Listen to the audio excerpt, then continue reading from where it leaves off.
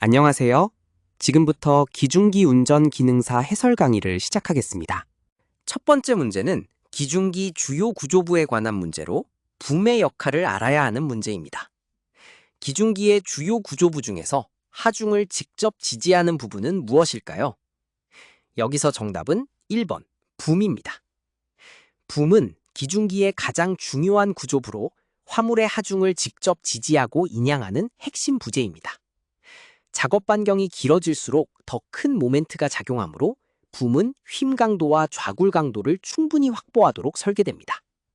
한편 마스트는 붐의 각도를 조절해주는 보조 지지 구조물이고, 아웃트리거는 차체를 지면에 고정해 기중기 전체의 안정성을 확보하는 장치이며, 카운터웨이트는 인양 시 전도되지 않도록 균형을 잡아주는 평형추일 뿐 하중을 직접 지지하지는 않습니다. 따라서 인양된 화물의 무게를 실제로 받아내고 작업 모멘트를 견뎌내는 구조부는 붐이며, 작업 전에는 반드시 붐의 변형, 크랙, 핀 체결 상태를 점검해 안전을 확보해야 합니다. 두 번째 문제는 작업 전 점검 사항에 관한 문제로 작업 전과 작업 후 점검의 차이를 알아야 하는 문제입니다. 기중기 작업을 시작하기 전에 반드시 확인해야 하는 점검 사항이 아닌 것은 무엇일까요? 여기서 정답은 4번 작업 완료 후 청소입니다. 기중기 작업 전 점검은 작업 중 사고를 미리 예방하는 데 목적이 있으므로 장비를 가동하기 전에 정상 상태인지 확인하는 항목들로 구성됩니다. 연료와 윤활유의 양, 와이어 로프의 손상 여부, 훅 개폐 장치의 작동, 브레이크와 안전장치의 정상 동작 같은 것들이 모두 여기에 해당합니다. 반면 작업 완료 후 청소는 장비를 정돈하고 다음 작업을 위해 환경을 정비하는 작업 후 마무리 활동이므로 작업 전 점검 사항으로 보기에는 적절하지 않습니다. 따라서 시점이 다른 4번이 정답이며, 작업 전, 중, 후 점검을 구분해서 익혀두면 비슷한 문제에서 헷갈리지 않습니다.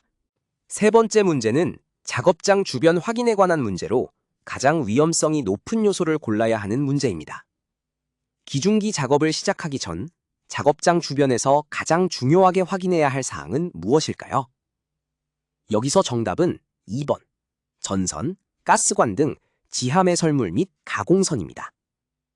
기중기는 붐과 와이어 로프가 높은 곳까지 올라가고 차체도 무겁기 때문에 가공전선에 닿으면 감전 사고가, 지하 가스관이나 통신관을 누르면 폭발이나 단선 사고가 일어날 수 있습니다.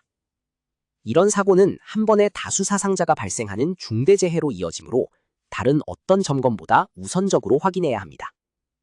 바닥 청결, 소음 수준, 조명 상태도 작업 환경상 중요하지만 즉각적인 중대재해 원인은 아닙니다. 가공선까지의 이격거리 확보와 매설물 도면 확인, 그리고 사전 협의, 표지 설치가 반드시 선행되어야 안전한 작업이 가능합니다. 안녕하세요. 지금부터 기중기 운전 기능사 해설 강의를 시작하겠습니다. 첫 번째 문제는 과부하 방지 장치에 관한 문제로 안전장치의 역할을 알아야 하는 문제입니다.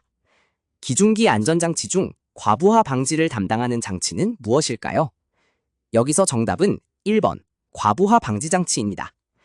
과부하 방지 장치는 화물 무게와 작업 반경을 실시간으로 측정해 정격 용량을 초과하는 순간 권상이나 신축 같은 위험 동작을 자동으로 중단시켜주는 안전장치입니다.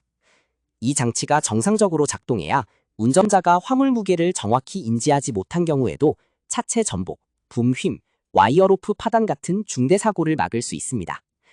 브레이크는 회전체와 동작을 멈추는 장치, 경보 장치는 위험 상황을 알려주는 장치, 조명 장치는 야간 작업의 시야 확보용일 뿐 과부하를 막아주는 기능은 없습니다.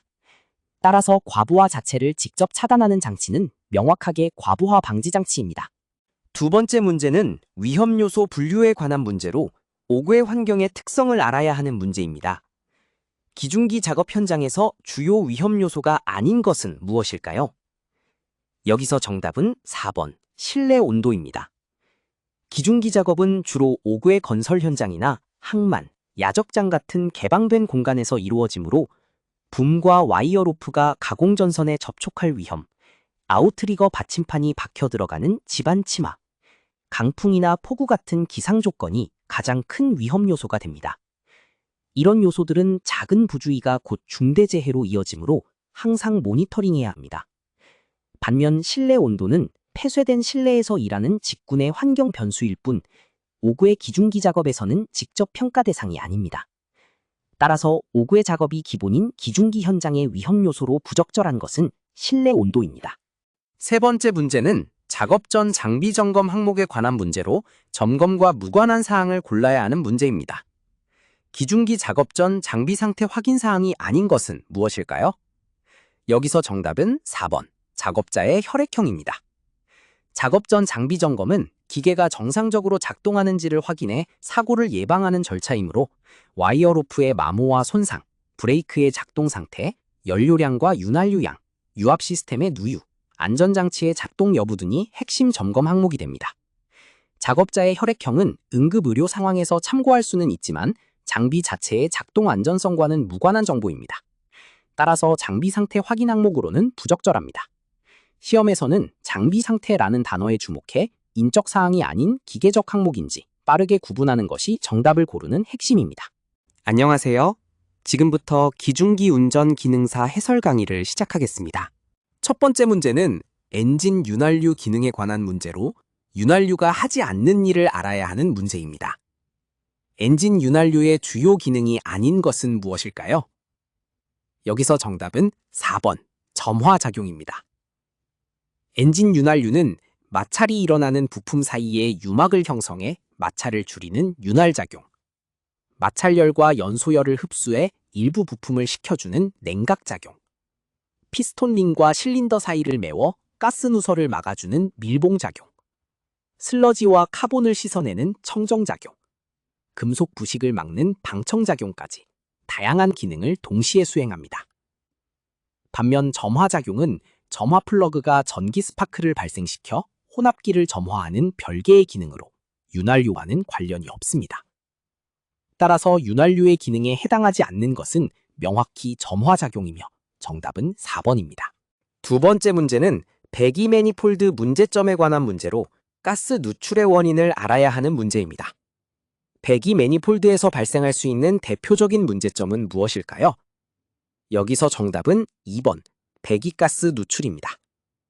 배기 매니폴드는 각 실린더에서 나오는 고온 고압의 배기가스를 모아 배기관으로 보내주는 부품으로 운전 중에는 매우 높은 온도까지 가열되고 정지 후에는 차가워지는 열팽창과 수축을 반복합니다.